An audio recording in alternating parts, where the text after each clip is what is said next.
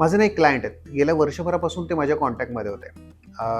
80-90 लाखाचं बजेट असं ते मला सांगत होते. मी अनेकदा त्यांना विचारलं, की तुमचं बजेट काय? त्यावेळी ते म्हणाले 80-90 लाख. भरपूर घरं त्यांनी बघितली. पण मग नंतर त्यांना 2 बीएचके घ्यावा लागला. मला त्याचं थोडंसं वाईट वाटलं. पण काहीतरी 70 लाखाचा 60 लाखाचा त्यांनी 65 का 70 लाखाचा 2 बीएचके घेतला.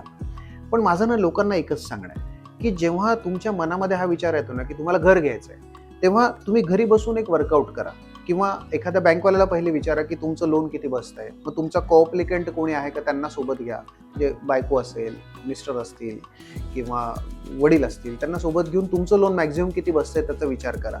मग तुमच्याकडे ओन फंड्स तुमचे किती आहेत, म्हणजे तुमच्याकडे स्वतः जमा केलेला पैसा किती आहे, या दोघांचं गणित केल्यानंतर तुमचं बजेट डिसाईड होतं.